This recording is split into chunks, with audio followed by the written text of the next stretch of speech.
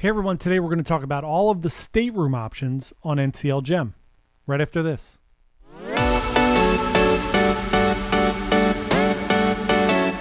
Hey everyone, Johnny from Bite Size Cruises. Welcome back to our channel. If you are new here, we're a travel agency. We specialize in cruise travel. Our only goal here on the channel is to give you the best information possible about cruising so that you could book an amazing cruise vacation.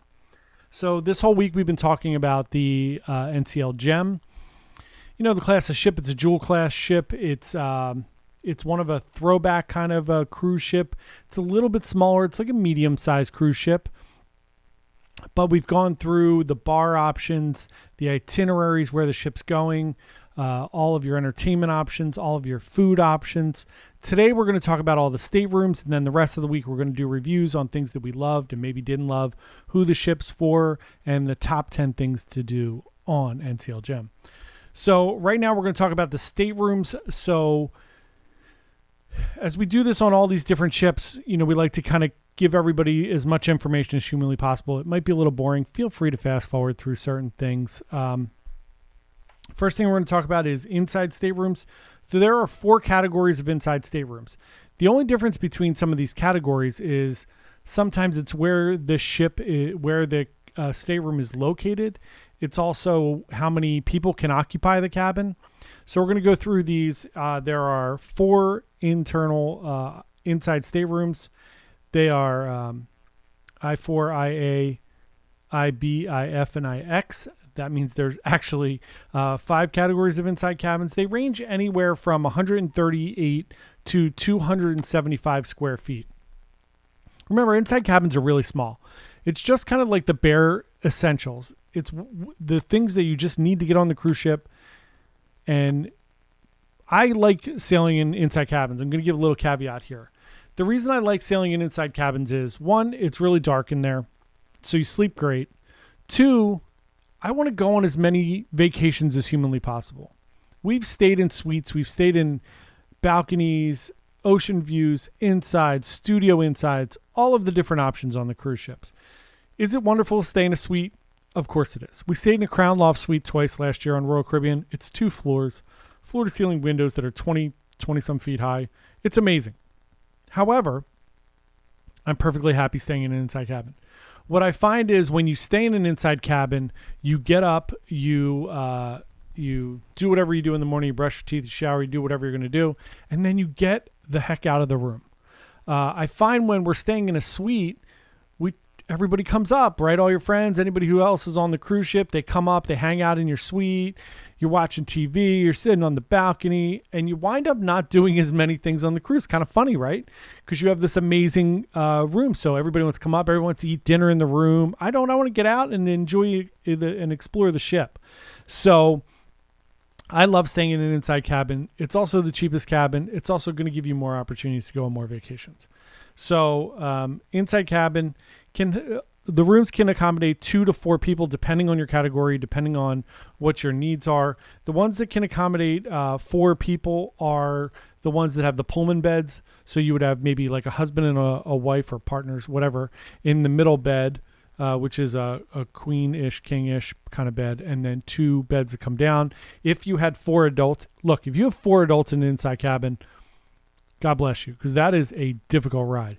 Remember, you are only sleeping and getting ready and showering and stuff in the room. However, you have to share a bathroom with 4 people. That's not great. If it's 2 adults with 2 children, it's a little bit more palatable probably, but it's still rough. 2 people in inside cabin's a little rough. You're like, by the end of the week, you're like, enough of you already, right? So, however, I go by myself all the time, so inside cabin's great for me. I love it. So there are 412 inside cabins on the cruise ship.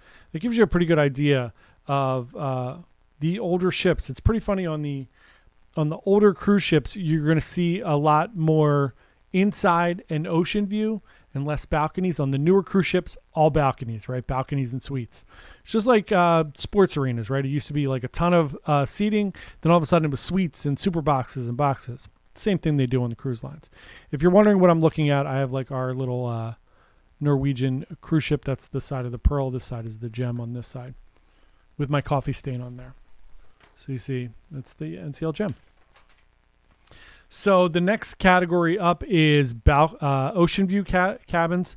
So ocean view on newer cruise ship is like the least amount of rooms, because when you look at the ocean view, if they do a lot of balconies, the ocean views are still kind of inside cabins just with a window. So they're kind of phasing those out a little bit. Same thing with ocean view. There are 6 actually categories here. There's O4, OA, OB, OF, OK, and OX. So one more in there.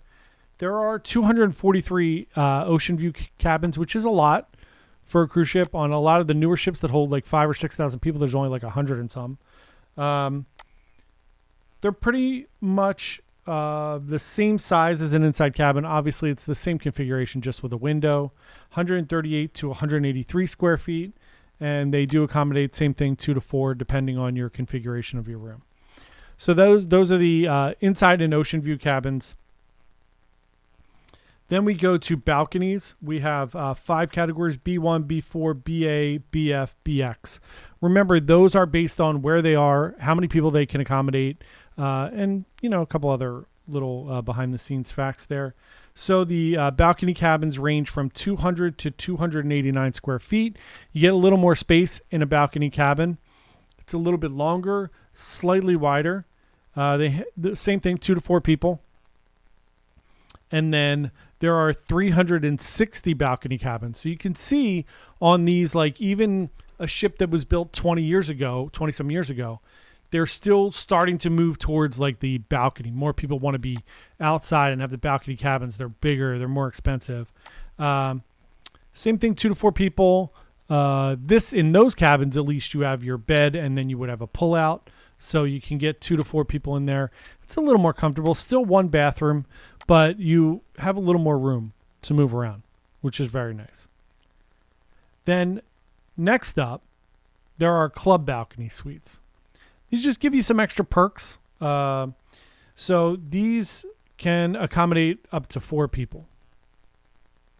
There are 4 categories of club balconies: M1, MA, MB, and MX. They are, again, a little bit bigger than your balcony, 272 to 404 square feet. There's only 134 club balcony suites, which is a lot, actually. That's a lot of club balconies. It's more than I thought there was. Those are nice rooms. Again, a little bit more elevated, a little more VIP status. You get some more perks with those rooms. So then as we go up, there are on this ship, this is a ship that does have the Haven. Doesn't have the Haven complex, kind of the same as like the newer ships where they have the whole built out pool deck with the restaurant and all that, the ship within a ship. But they do have a Haven on the Gem, and there are 30 Haven suites. So the first one is the Courtyard Penthouse with a balcony, 440 square feet, and that accommodates up to 3 people. There are only 2 of those rooms.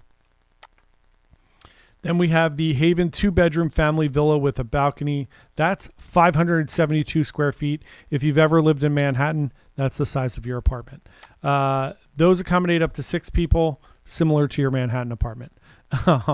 And there are 8 of those on the ship. That's a huge one. You get 2 bedrooms with that. You also get 2 bathrooms, which is a lifesaver if you have a family or children or parents or whatever.